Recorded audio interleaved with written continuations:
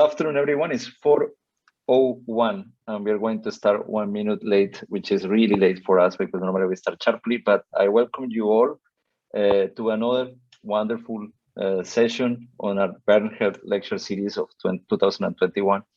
And we have a very good speaker to talk about the economics of COVID-19, but I would like to ask Christian to introduce our speaker of today. Christian.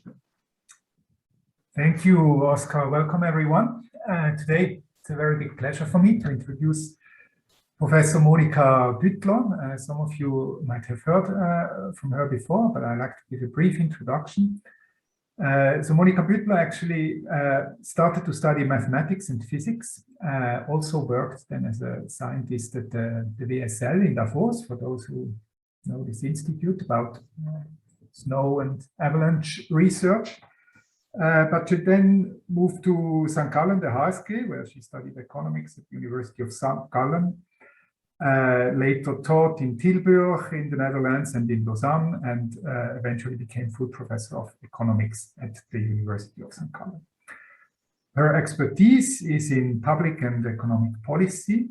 She's also on the board of directors of a couple of well-known Swiss companies like Huber und Suhner and Schindler.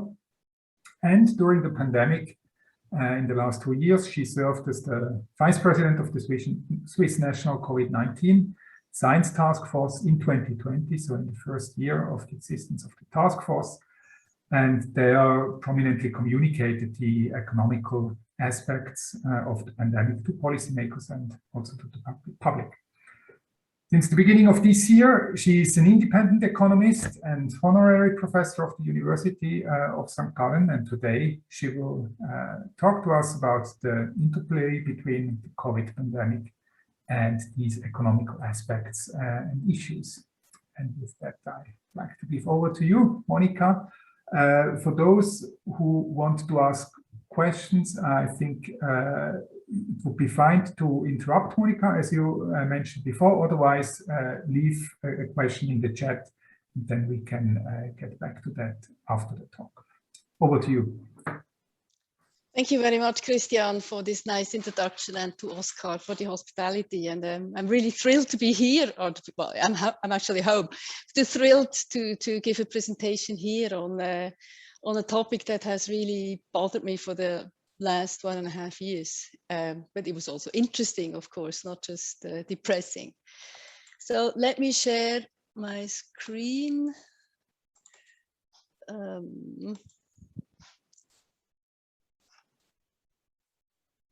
Can you see it? Yes, good. Well, I chose a little bit pretentious title, of course, but you will see what I mean by it. Really the goal of this talk is to give you a little bit an idea of how economics works and how it was different during the crisis. In fact, it was not so much different from other things we do. So, for instance, the macro question, does COVID-19 generate just another crisis to human development? Does it again disrupt supply chains, and how are the interdependencies? These are actually well-known questions in macroeconomics.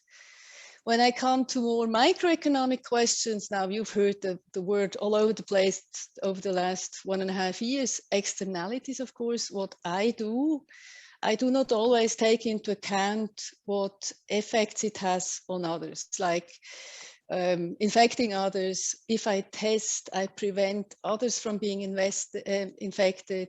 Vaccinations, the hot topic of these days, of course, I do not only protect myself, but also other people.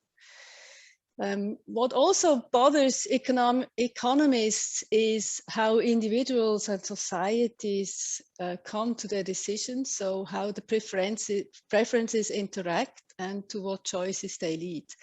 And we've seen that there was an interesting aspect that during the pandemic, individual preferences have led to other outcomes in the beginning than later on. And of course, then individual markets, I will not talk much about these. Specific good markets, protective equipment, we have seen shortages in the beginning, prices skyrocketed and came down again, and so forth. What I will talk a little bit is on, of course, actually one of the most important determinants of economic activity, namely income, employment, and aggregate demand. So 70% of what we produce is distributed in the forms of wages, and of course, during a crisis, this is heavily affected.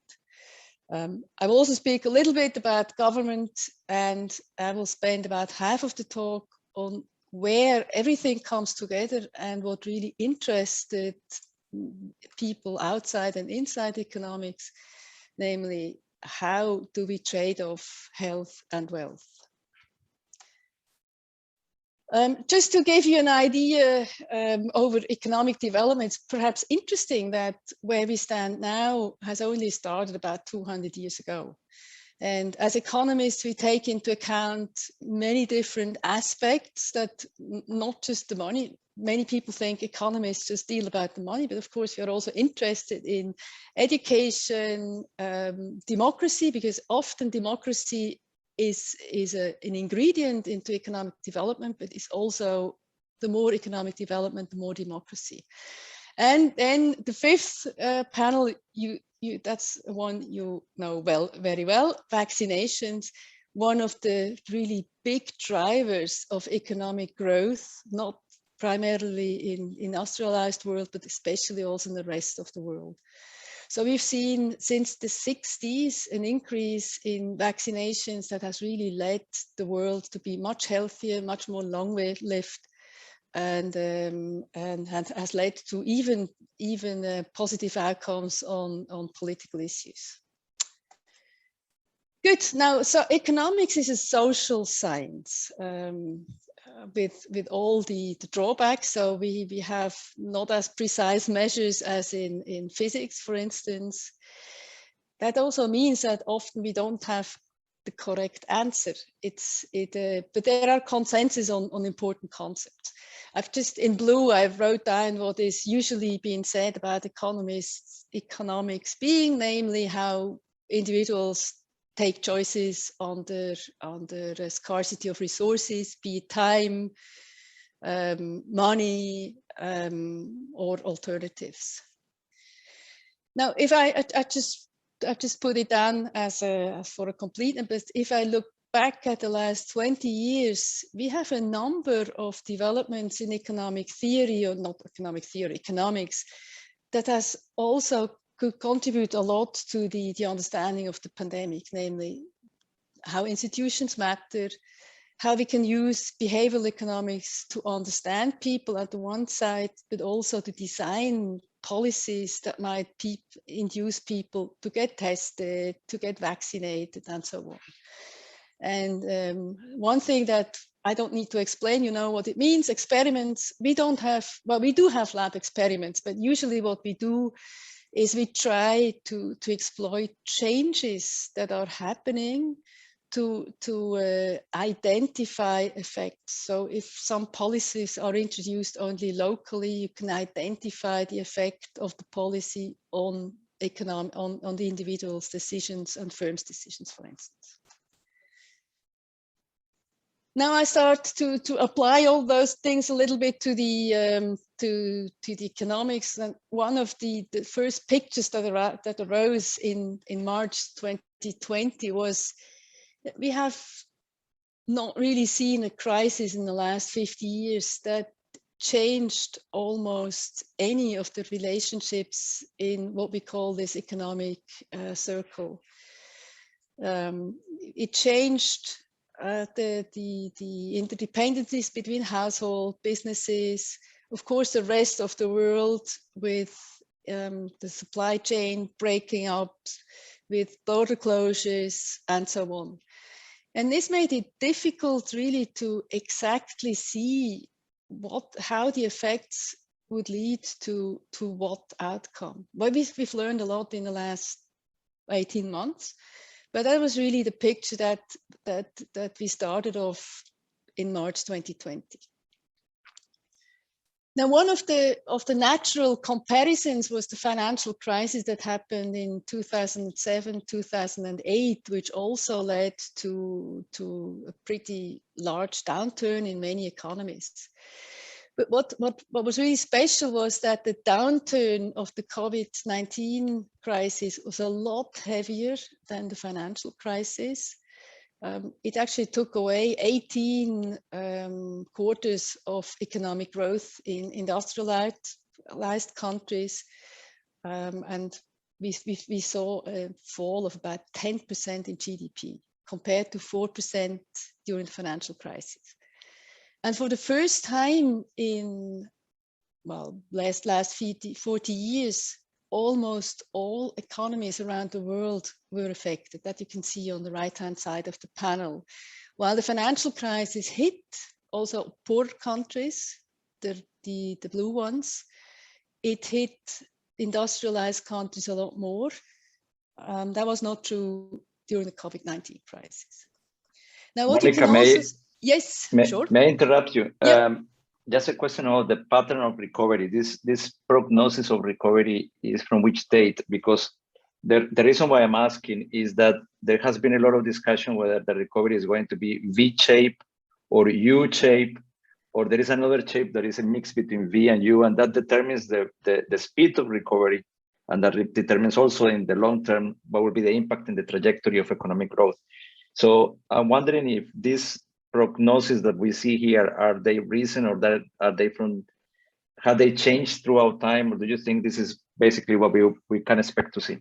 Yeah, it's a great question. What we saw was an unexpected recovery, really. Most economists would have thought the recovery to be much more slow. As a matter of fact, if you look well at the blue line, you can see that the world never fully recovered after the financial crisis. While I think almost everybody expects a full recovery after this crisis. Now, one of the reasons is that the shock came really from the external. So the financial crisis was the result of a crisis that was within the economic system, with the banking system under-regulated, really disturbing the real economy. And because it was a crisis from within, it was more difficult to battle, and it had long-lasting effects. While the COVID-19 crisis, of course, well, the virus has no economic background, as far as I know. And this led to a completely different interdependency, but also different recovery strategies. The red line here is not predictions, it's actually actual data. The predictions would come after.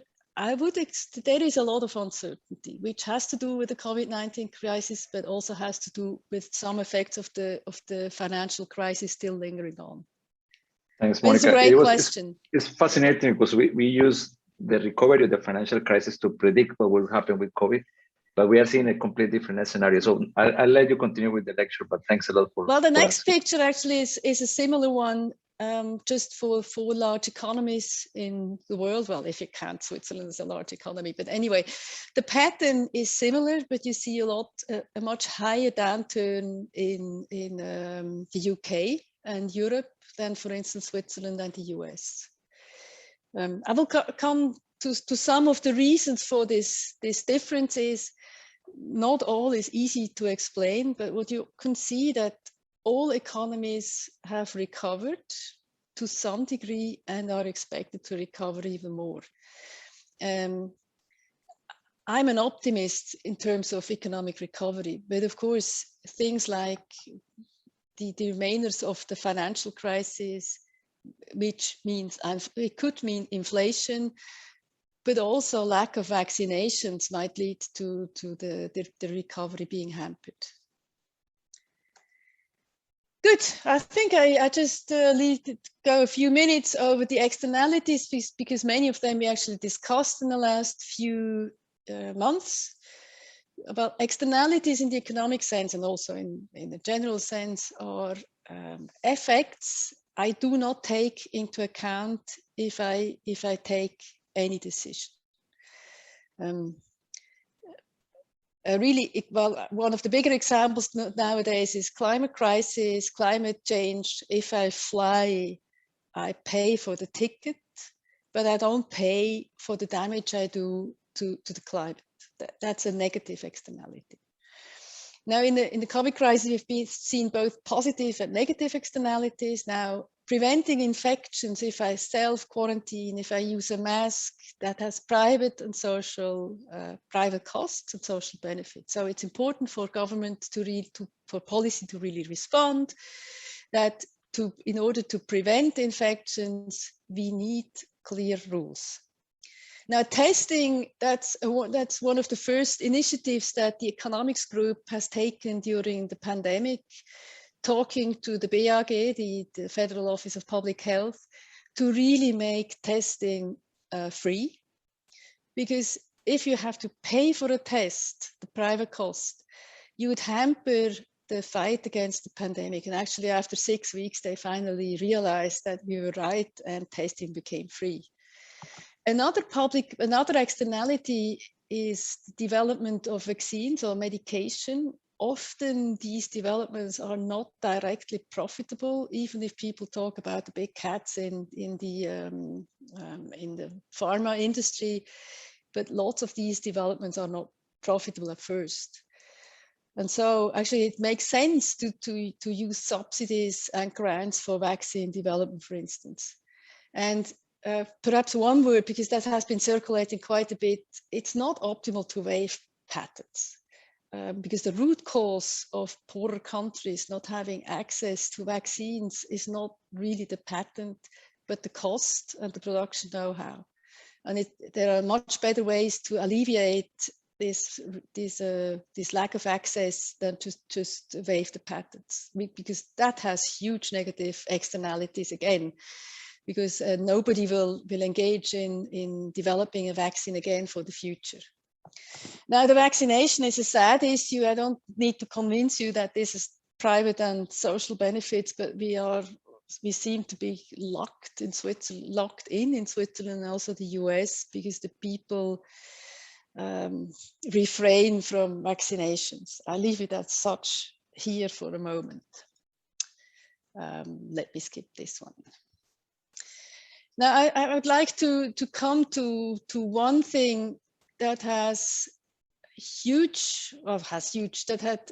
a huge discussion during and even now after or in the middle of running down the crisis. It is the choice, is whether we have to choose between a healthy population or a wealthy population. It was clear from previous incidents like the Spanish flu that the trade-off is, if at all, not a simple one. And if at all, it could well be that fighting the virus, which means taking into account closures and so forth, would also in the long run be beneficial for economics.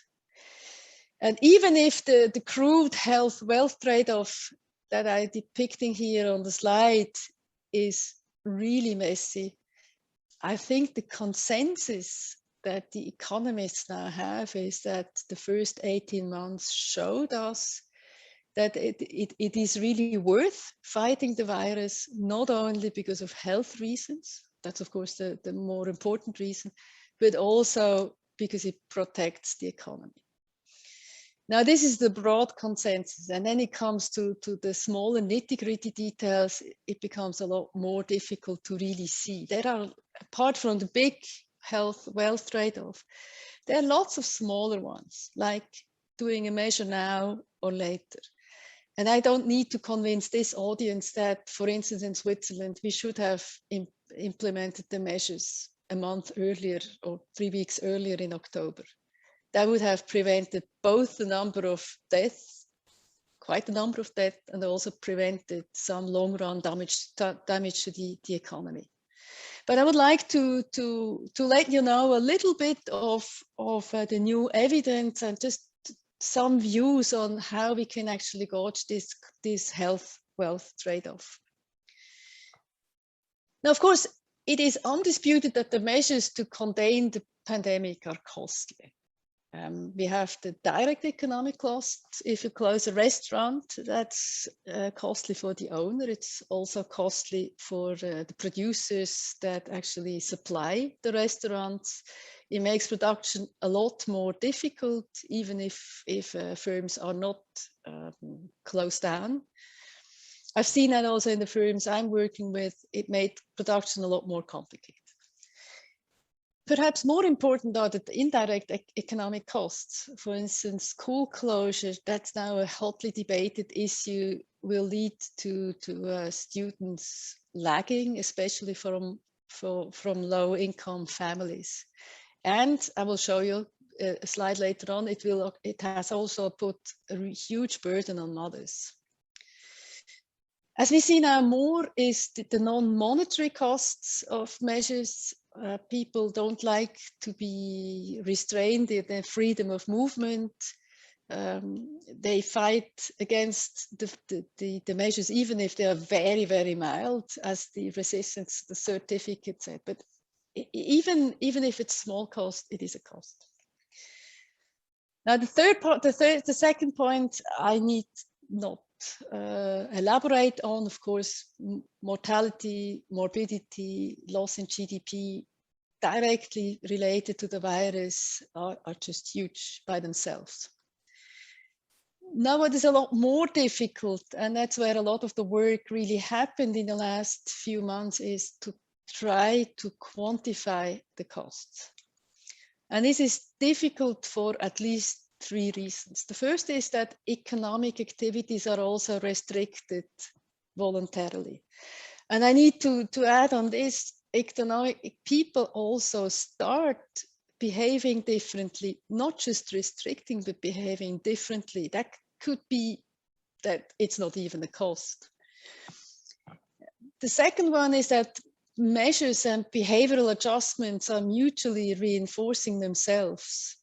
It could be in both, it could potentially go in both directions, but unfortunately it mostly goes in a bad direction. And if some country restricts exports, the supply chain, the international supply chains are broken, and that leads to a ripple through the economy.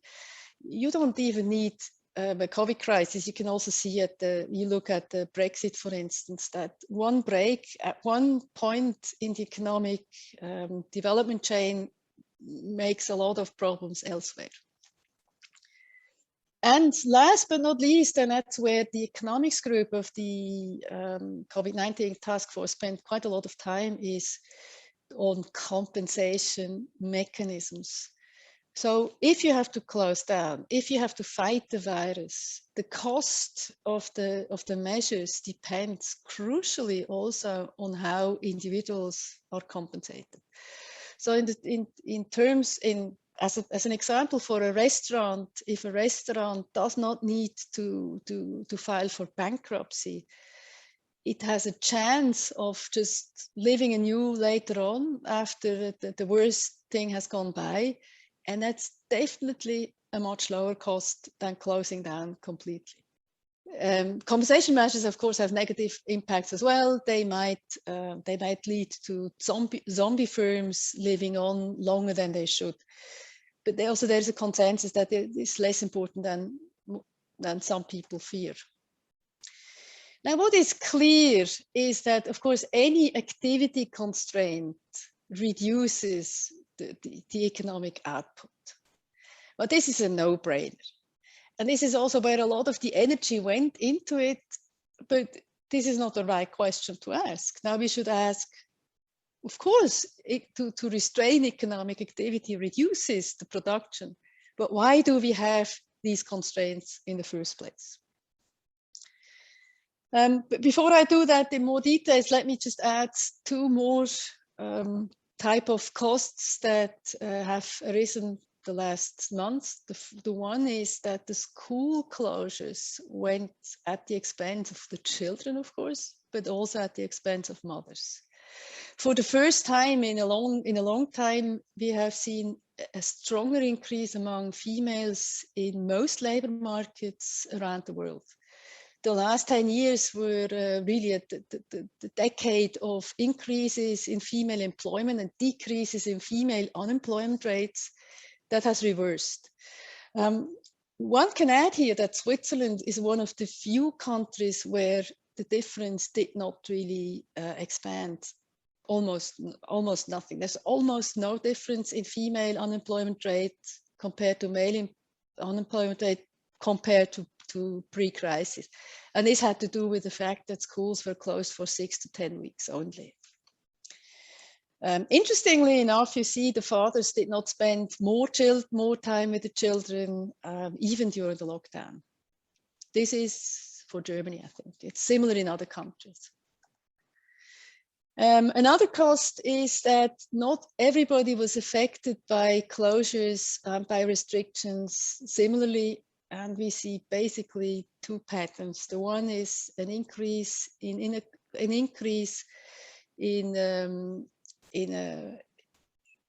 not poverty but lower income among the self-employed, which is clear because they often worked in jobs that were in the service industry that were directly affected by closures.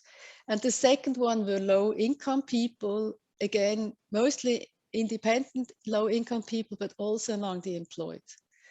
Because they were more often in jobs that were laid off, not laid off, but put to short labor for a while. And I think for now, it will be very important to keep this in mind. Again, Switzerland is one of the countries that fared relatively well compared to other countries.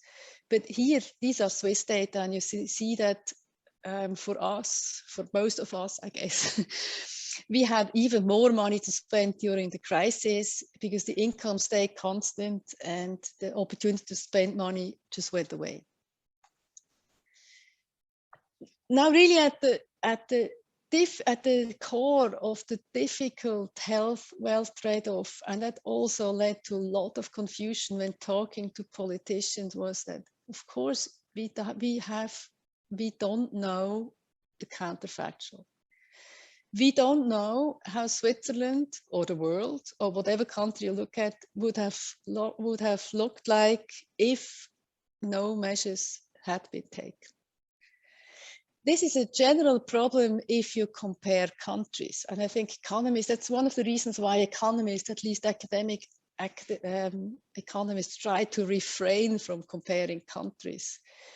Because it's so difficult to compare every aspect. But during the COVID-19 crisis, this lack of having kind of a setting that would see what would have happened if it didn't have the measures in place was really crucial. So many of the politicians compared just the Switzerland or the world with the virus and the measures to a world without the measures, but also without the virus. Whereas the right comparison would have been to compare it to a world with the virus, no measures, and with the virus, with measures. Now, that's one of the big problems. Another one, and here I would like to add also some evidence, is, of course, we have an unclear causal chain, which is also true, which is actually also true for health outcomes, because economic costs are not only there because of the measures, but also because of voluntary restrictions. The second point I would also like to elaborate a little bit in this talk is the importance of having well-targeted public compensation measures. Two more things that make the trade-off difficult. We are in a global world. Just to give you a number here, at the beginning of the pandemic, countries like Switzerland were hit relatively strongly, but 40 to 60% of the effect was actually from abroad. So even if Switzerland had not had the virus, no restrictions, could have closed off, just had a barrier against the virus, it would have had a loss that was about half of the loss we encountered. It's also true for other countries, the smaller, the higher the number is, but this is important to know. Now, the good thing is, in the last half year, the last year, the global world also helped to recover. So in the end, while it increased the losses in the beginning, it actually helped a lot at getting out of the crisis relatively quickly. And in the end, as you can see with vaccines and medication, no country in the world, not even the richest, not even the largest one, is able to produce everything on its own. So it's also some global insurance. Good. Now, I would like to give you an example how difficult it is to get the causal chain of how measures are costly or how measures are effective. And I use, it's a very interesting paper I use here, and it's from NBR. I mentioned this for an economist. This is actually the best repository of working papers. It's a National Bureau of Economic Research, but 2 or 3 of the papers of this repository ended up at the Corona skeptic desk, who completely misinterpreted the fact. Now, if the example I give you will show you why this happened. Now let me present you this study. It presented stay-at-home orders in the US and explored differences across states.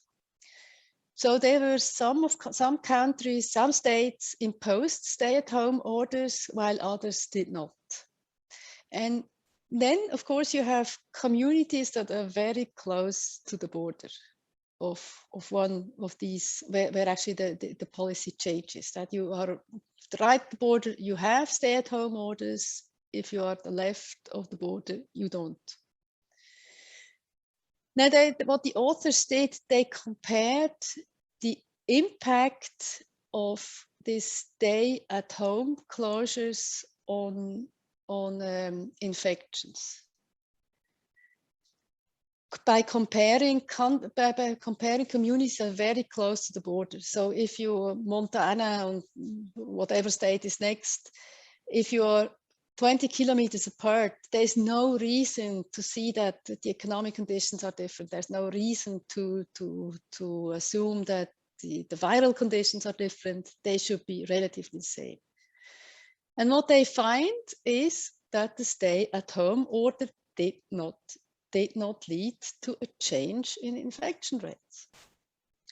So of course, as a skeptic, you could say, well, this is a great proof that measures do not work. Now, what they also do then is to dig down what the reasons are for this at first sight non-effective measures. And what they saw is, and this is on the right-hand side, first, of course, people start compensating workplace mobility with private mobility.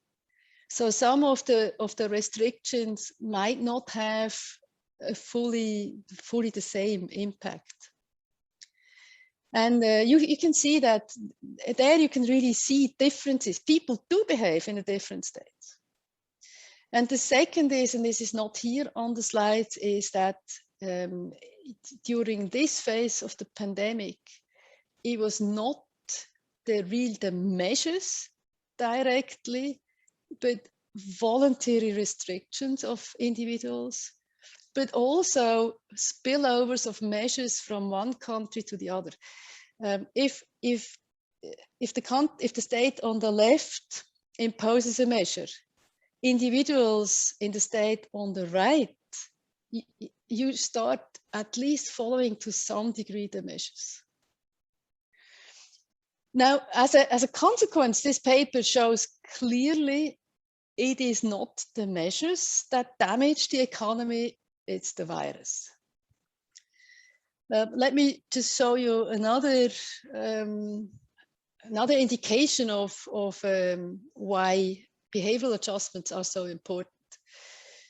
The paper I've just shown you before was during the first wave. And during the first wave, we saw the same thing in Switzerland, that when we had this extraordinary situation, when the restaurants were closed, shops were closed, already 40% of people, no, already 60% of all activity was turned down.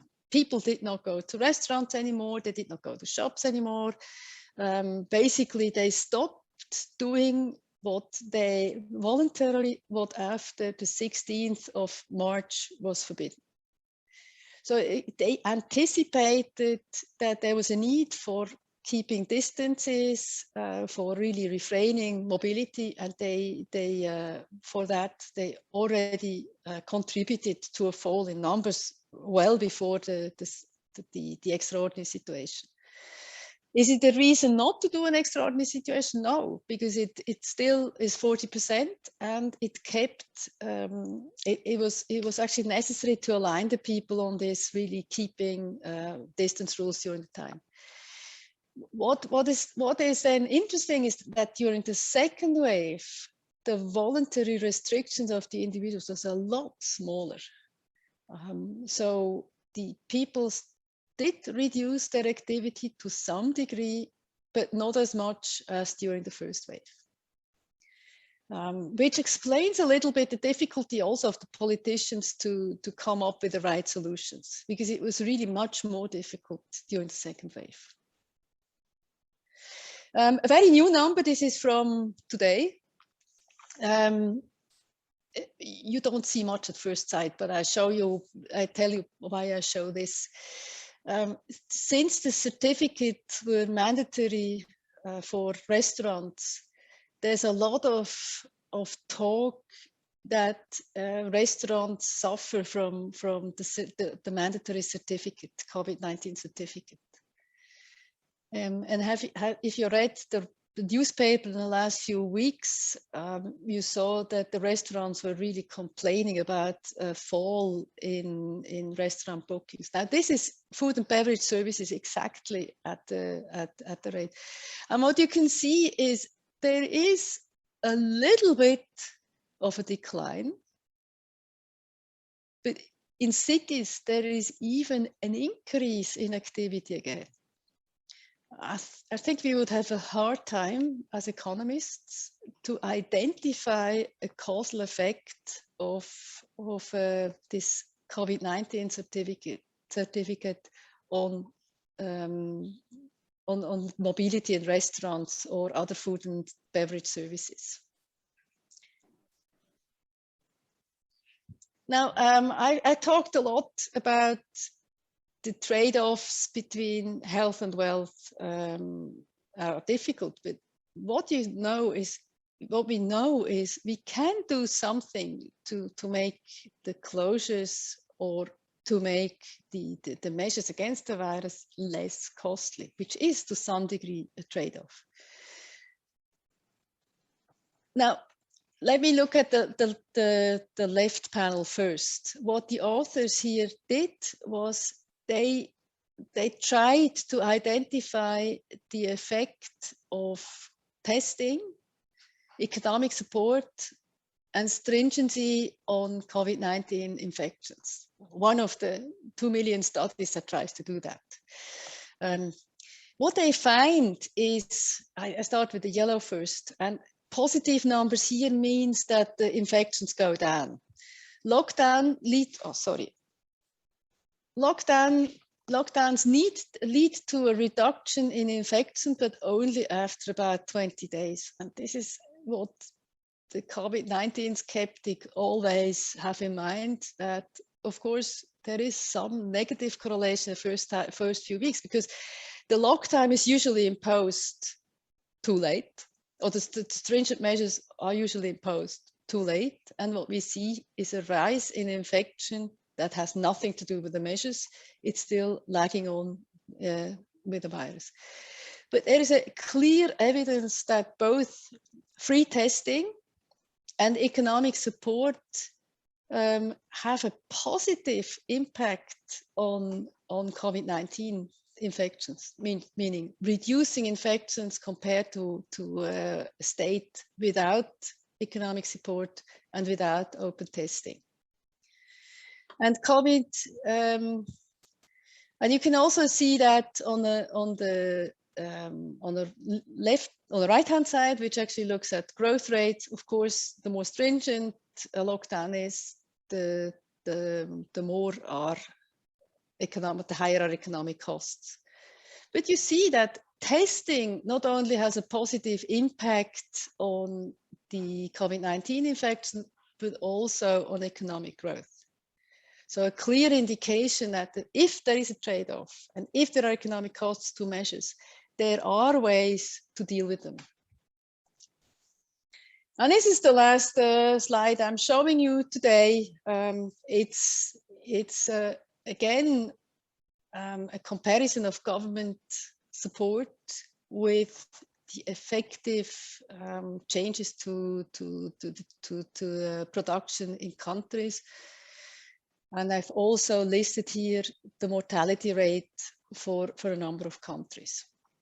For instance, if you look at countries with a relatively small decline in economic activity, that's the red lens, approximately 3%.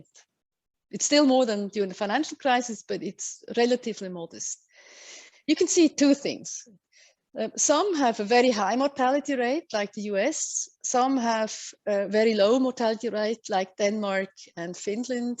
And some have mortality rates similar to Switzerland, like the Netherlands, Sweden, and yes. But what you can see is that for the same amount of reduction in GDP, there's a huge difference in terms of economic support.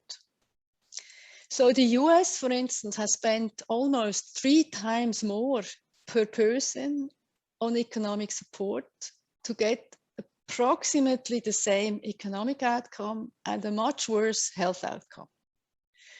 So they just distributed the money without any clear targets, while Switzerland and also the Netherlands had clear targets whom they wanted to address and really helping the neediest, which helped to keep the cost at bay and also GDP losses at bay. Another interesting comparison is the green lens. These are countries with approximately the same level of support per person, so economic support, but with different outcomes economically here. And all the countries, Austria, Netherlands, and Switzerland, are not champions in mortality. They are all approximately the same.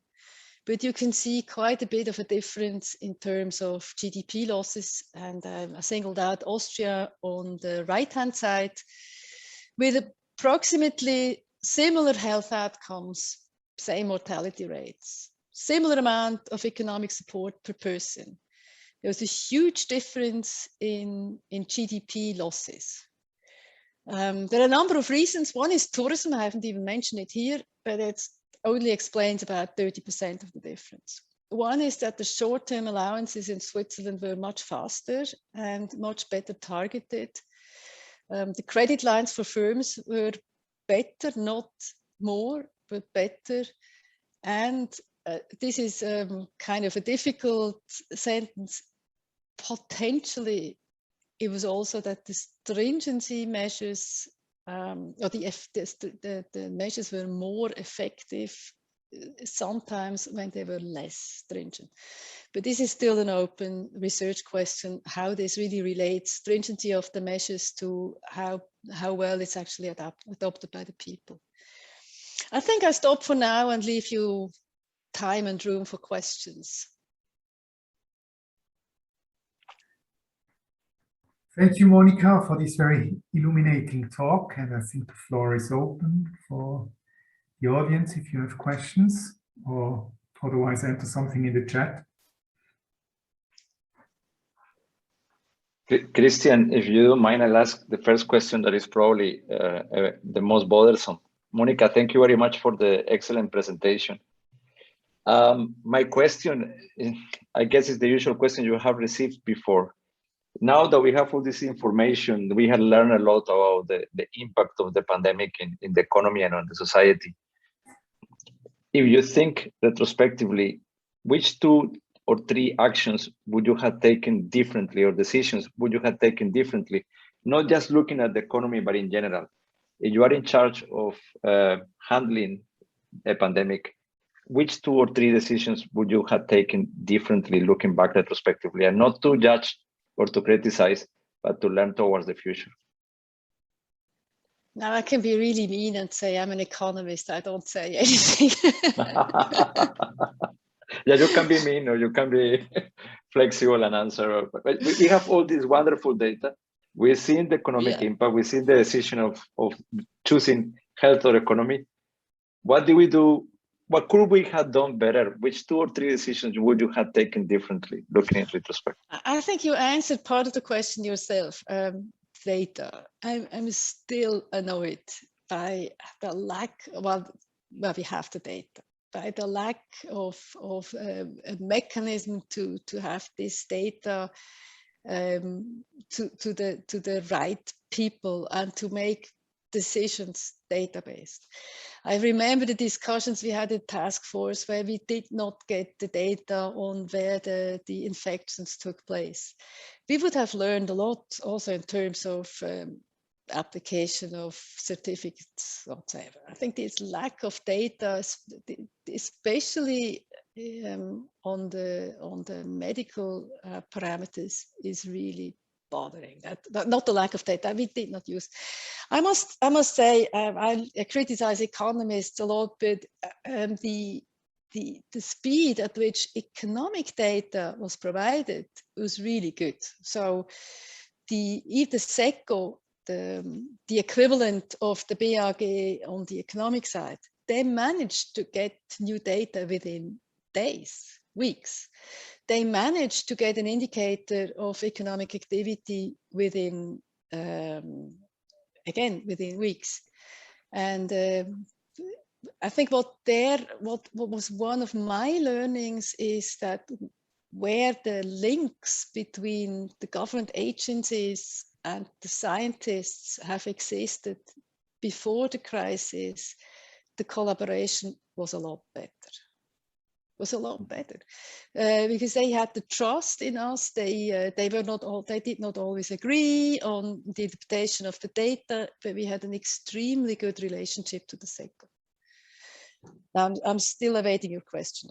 I think I would have taken it as a politician. They should have taken measures early in October. I've said that for the 100th time now. That would have saved us a lot of economic input, but also for all lives. Thanks, Monika. Now, I won't continue with one small remark. Yeah, one should be not too critical, even if I'm critical. At the moment, I think most people have, or many people have the impression that lots of mistakes happen, and that's true.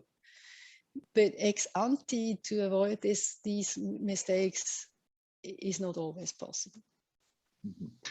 But one thing that helps is to bring up lessons, and I think you made it very clear. One of the lessons we learned, and I saw it not only in Switzerland, also in other countries like Chile or Argentina, when you wanted economic data, the central bank or the Ministry of Economy, they have data on economy and measures of economy and resources that were really fast and available. But on health, we don't have them. So I stay with that lesson, and thanks a lot for your answer. Thomas, you have a question, I think. Yes, thank you. Monika, super interesting. I would say the last slide you showed, I think one could delve on this for half an hour. This cross-border behavior patterns. I think these are great data, and they show that we need to understand the behaviors just as we need to understand the virus. Now, my question is on what you showed us about the effect on the mothers. Obviously, there are social differential effects of certain measures. Certain measures like closing schools will affect mothers more than fathers. This is what you show. Now, my question, was this predictable? And if yes, was it predictable to a degree that you as an economist with these wonderful data and with the knowledge that you would issue an early warning to the politicians and say, hey, when you introduce this measure, you have to be aware that this will have an effect more on mothers than on fathers. Would you engage in such a discussion? It did not come as a surprise. We've known from previous studies that unexpected circumstances in the families are usually borne by the mothers.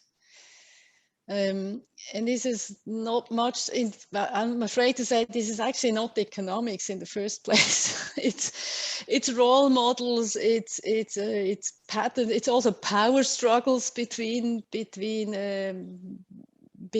families. It's not just economics. We did anticipate this, and there was also very early warnings about the impact of children. And there we know probably even more from longer school holidays, from extraordinary breaks due to natural catastrophes. And we know, and that has materialized, that low income children from low income families are much more affected. And the education economists really signed off warnings relatively early, and it's also true about female employment. Again, the school closures in Switzerland, as an example here, had relatively little impact on children so far, and also mothers, because it was relatively short. But other countries had their children 1 year at home. Then the US is especially extreme. They had almost no measures in bars, but kept the children home. And so it's, at the end, it's also prioritizing measures to really keep those social costs at bay. Thank you.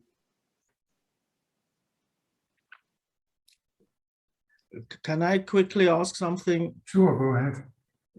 So the very early in March, when they had the lockdown and came up very quickly also with the sort of economic rescue system, do you have any idea who consulted them? So I was surprised, to make it bluntly, that even Uli Maurer got on board and realized, or his team or whoever, that they need to make money available to compensate for Kurzarbeit quickly, and all these things went very quickly. And there the COVID Science Task Force was not yet in place. So I'm actually, at that point, was positively surprised how quickly they realized they needed to do something reasonably quickly. But perhaps I'm asking something you cannot answer then. No, I can, it's easy. Okay. No, the one part is they have extremely good economists. Okay, good to hear. No, this is really there are people well-trained, well-educated, but having a broader mind, and they are also pretty influential even to the Bundesrat. The second is, they had people, economists on board, like a small science task force, well ahead of the big science task force.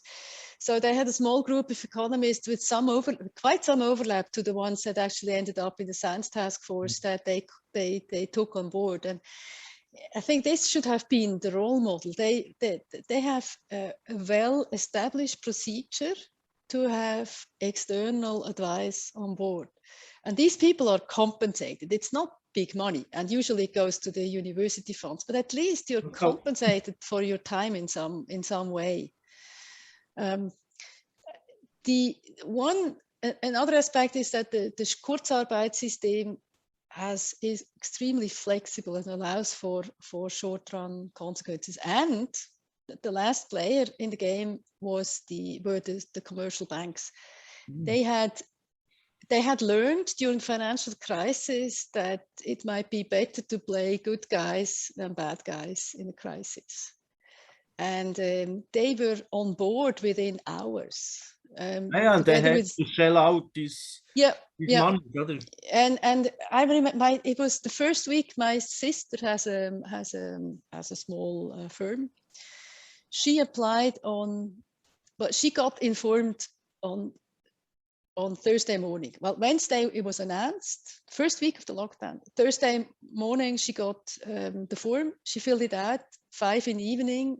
Thursday evening, Friday 8 o'clock, the money was on her bank account. Holy shit! Okay. So it's a bit frustrating that the governmental agencies don't learn from each other more. I think there are very well working entities in the Bundeshaus. Okay, thanks. Maybe if I can add to that, I just read today that I think there was a prize in Germany for e-government, and I think the BIT, so Ueli Mauro's department, won a prize for the COVID certificate for how rapidly they implemented that within the administration. So I think it really shows that they're very competent authorities and departments at the government as well. If no one else has a question, maybe I come up with one.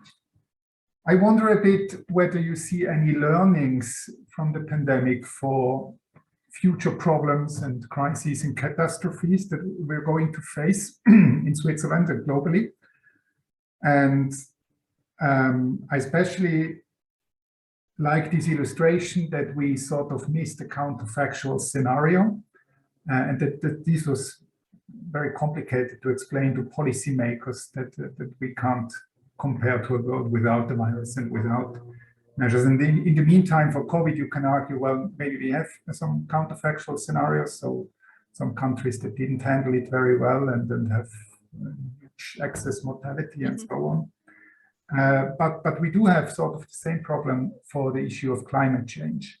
That of course it costs, but it's very likely that not doing anything at all will cost much more. So do you see something that we can learn from this crisis to sort of communicate and influence policymakers to make clear that investing early might be more beneficial than coming too late?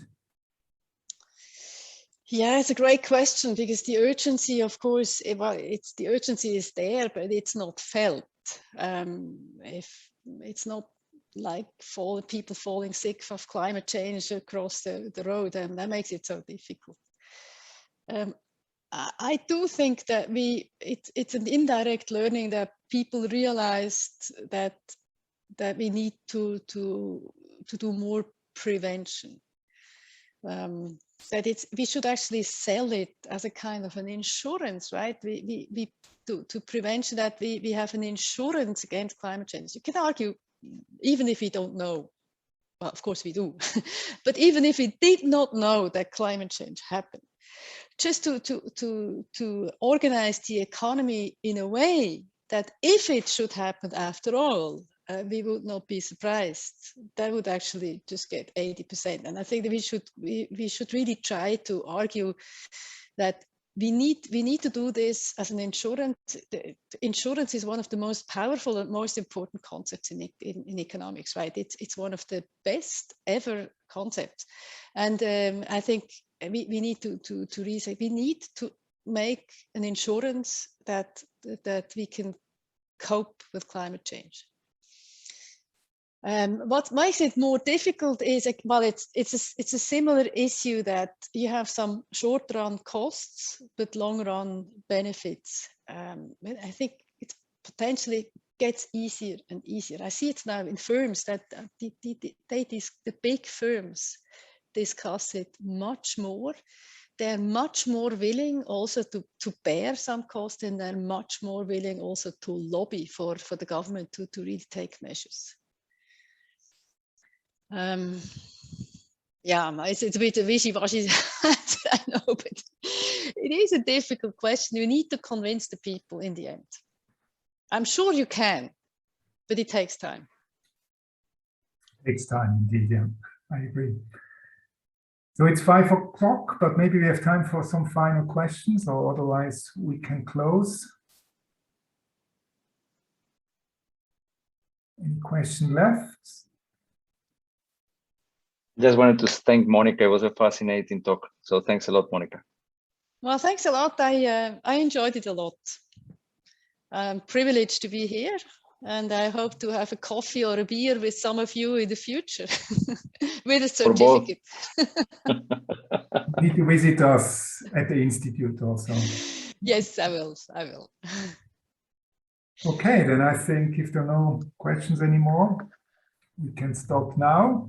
Thanks for coming. Thanks to you, Monika, for giving an excellent presentation. And we're really looking forward to hear and learn more about the economic consequences and interplay with the pandemic in the coming months and years. Yes, I hope we see more economics and less pandemic, but with the low vaccinations rate, I'm a bit worried, but everybody is, I guess. Okay. Thanks a lot. Thanks. Thank you very much. Bye, everyone. Thank you. Thank you. Thanks. Thank you.